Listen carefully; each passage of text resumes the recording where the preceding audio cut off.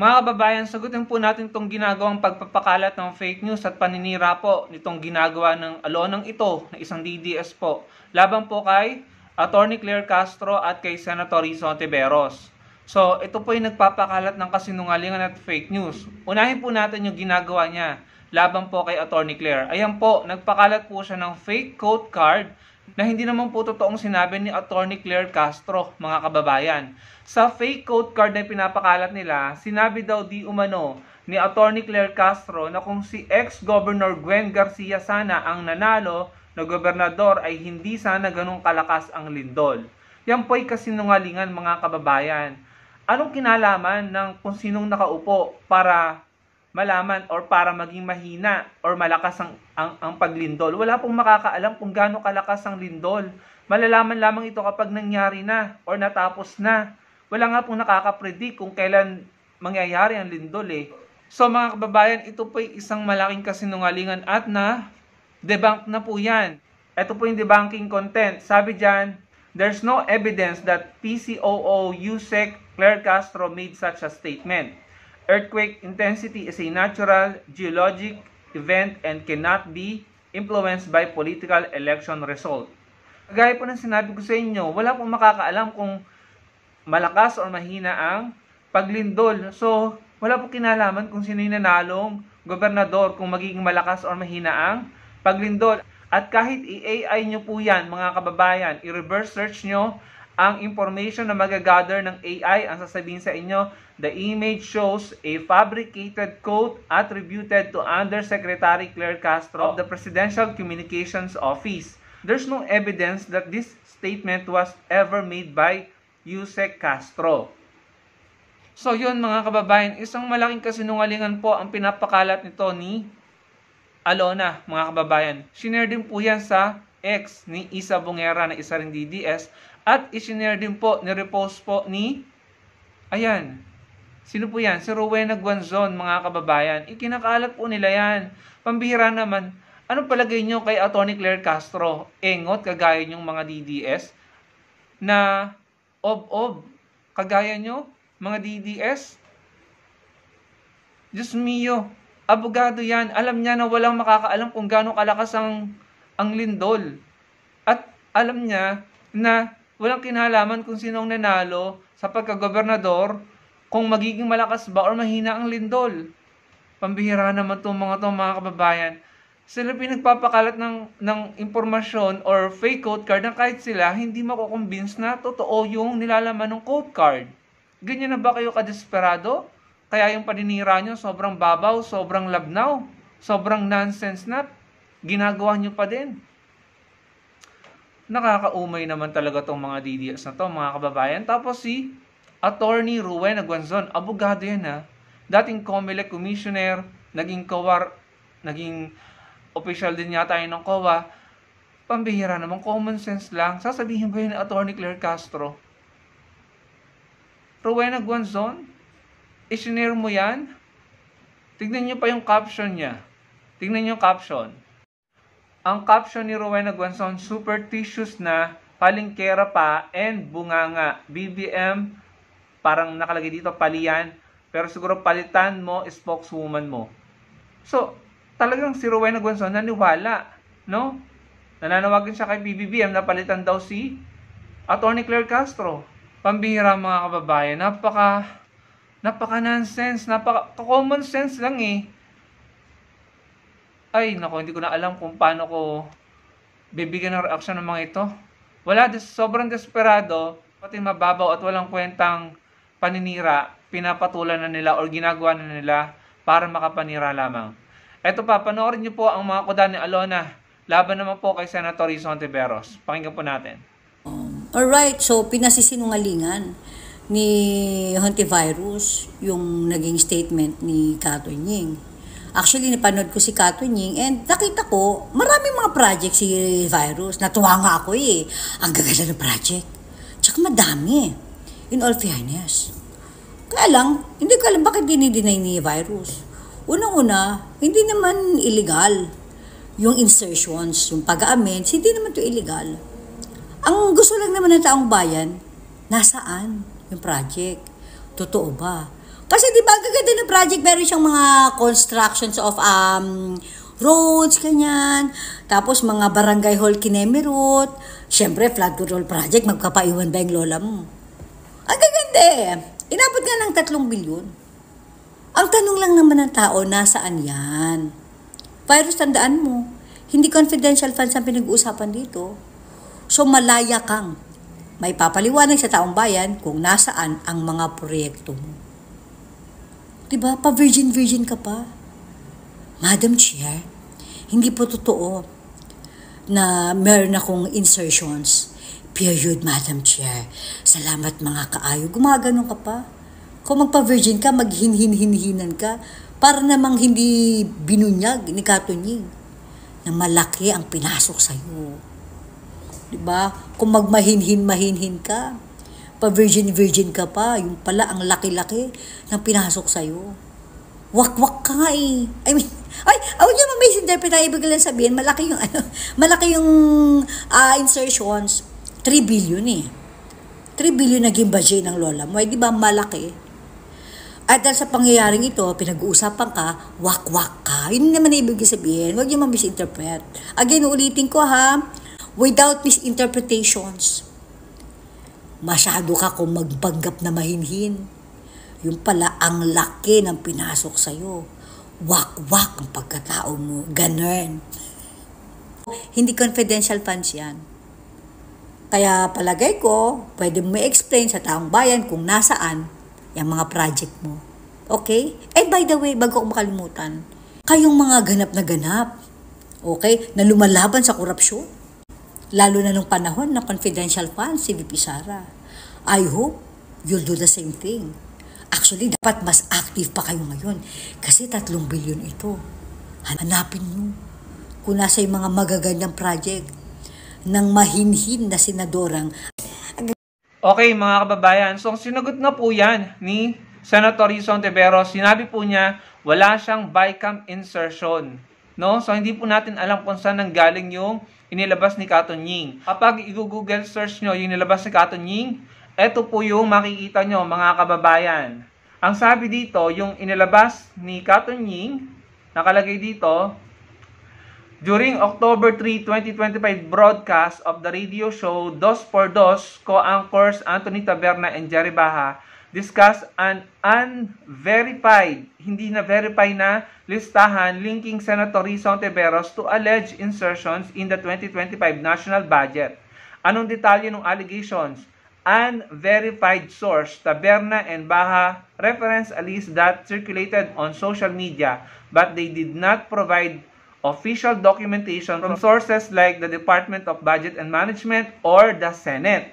And sinabi na rin po ni Senator Risa Hontiveros, paulit-ulit na po siyang naglabas ng statement. Sabi niya dito, lahat ng iminungkahi kong amyenda sa budget ay dumaan sa tamang proseso at inaprobahan ng Senado. Wala po akong BICAM insertion.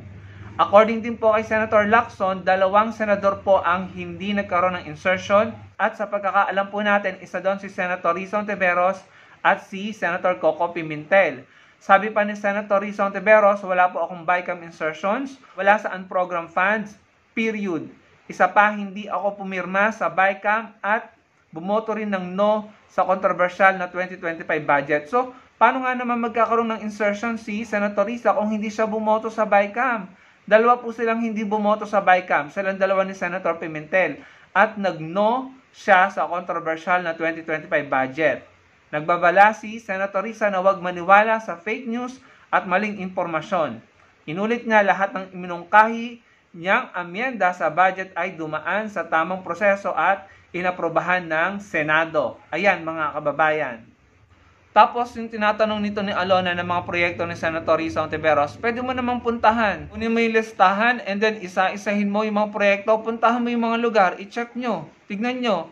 Kung may proyekto man po si Senator Risa Hontiveros, hindi po dumaan sa kanya yung pera, hindi po dumaan sa kamay niya yung pera. Yan po ay from DBM, diretso po sa DPWH or sa mga distrito na kanyang inesponsoran, no? Yun po yung pagkakaunawa ko dyan.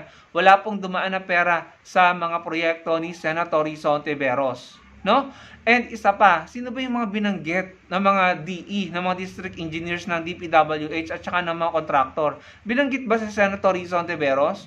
Di ba ang binabanggit yung mga DDS senators? Sa pagkakaalam ko, no, correct me if I'm wrong, si Escudero, si Estrada, si Villanueva, at si Revilla. Sila po ang mga nabanggit ng mga DE at ng mga contractors at ng mga opisyal ng DPWH. Nabanggit po ba si Senator Rizzo Ontiveros? Hindi. Ang bumanggit lang kay Senator Rizzo Ontiveros, si Cato Nying. Anong kinalaman ni Cato Nying sa mga maanumalyang proyektong yan? Hindi po ba, mga kababayan? Hindi nabanggit ang pangalan ni Senator Rizzo Ontiveros sa mga DE at ng mga contractor. At ang mga nabanggit, if I'm not mistaken, ay si Revilla, si Estrada, si Villanueva, si Escudero. Pero ang mga DDS na ito, ang dinidiin si Senator Rizzo Ontiveros. Pambihira. Nanggaling ang impormasyon na yan kay Cato Nying, ipinakita ko naman sa inyo yung intelligence ng internet. Unverified ang sinasabi, hindi sinasabing galing sa DBM, nor sa Senate, yung information ni Cato Nying. And again, si Senator Rizzo Ontiveros ay nagno sa controversial na 2025 budget at hindi pumirma sa BICAM. At sinasabi niya, pinapasinungalingan niya, wala siyang insertion.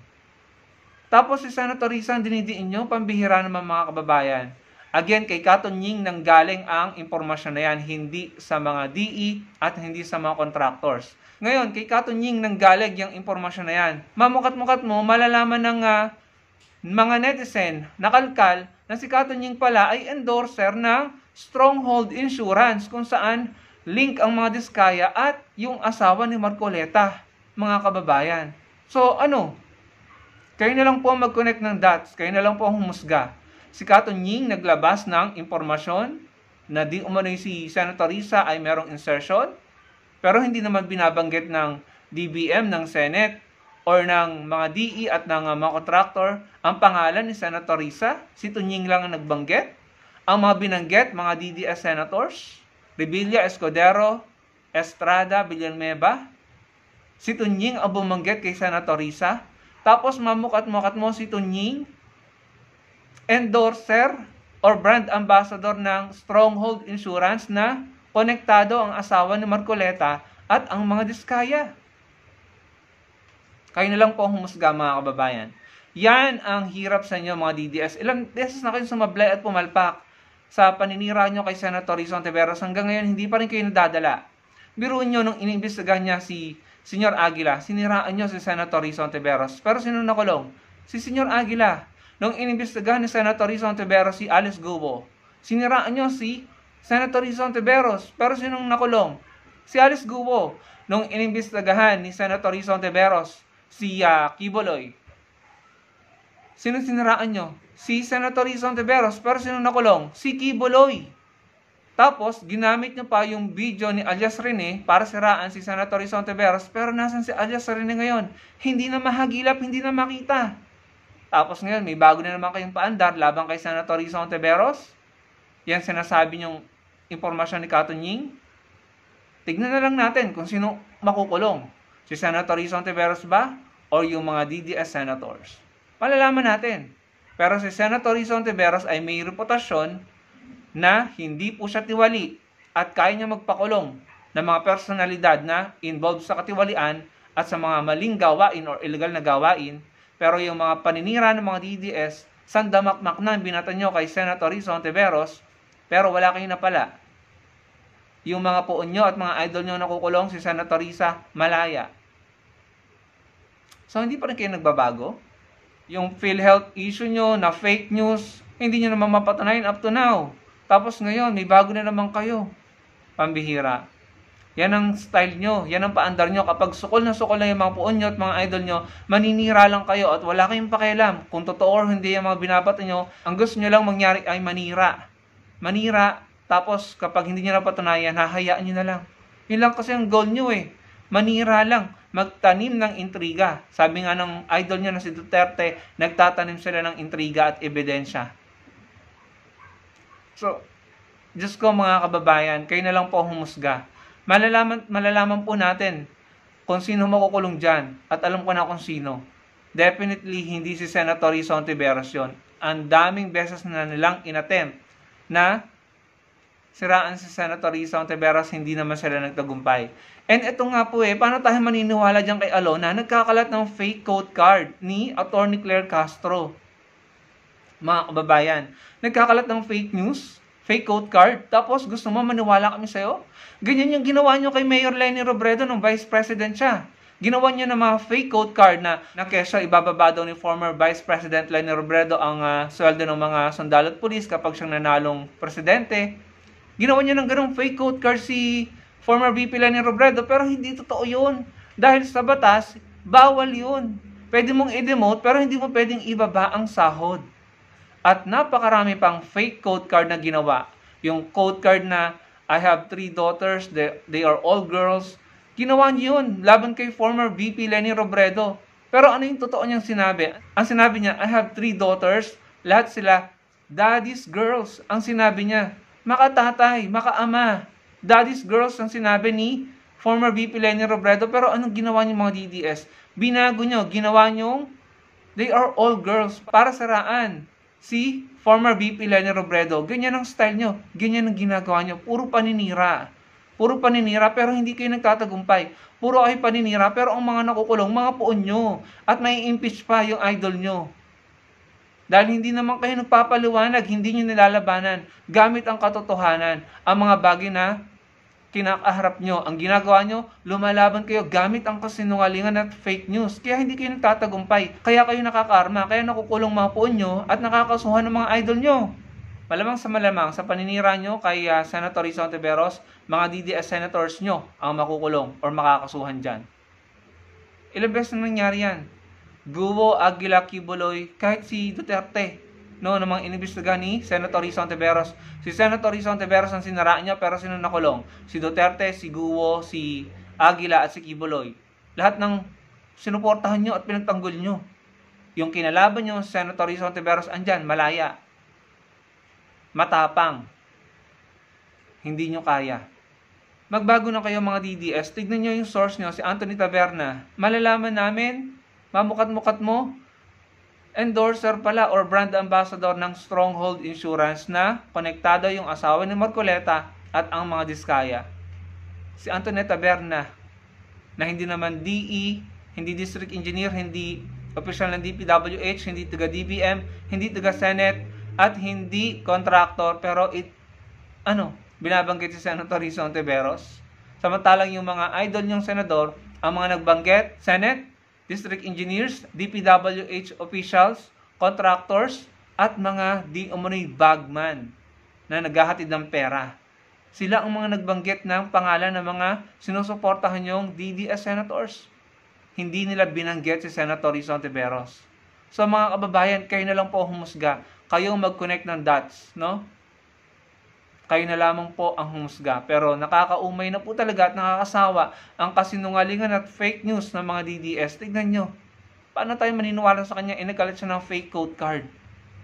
Pambihira. Nakakaumay po talaga. Pero pinaluwanag ko naman po sa inyo, ang dapat nating malaman, nasa sa inyo po ang desisyon kung sino papaniwalaan nyo. Ako o si Alona. Mga DDS na never nagtagumpay sa paninira nila kay Senator Risa Hontiveros or si Senator Risa Hontiveros na hanggang ngayon ay lumalaban sa katiwalian at marami nang naipakulong. Kayo na lamang po ang humusga mga kababayan. Maraming pong salamat sa panonood.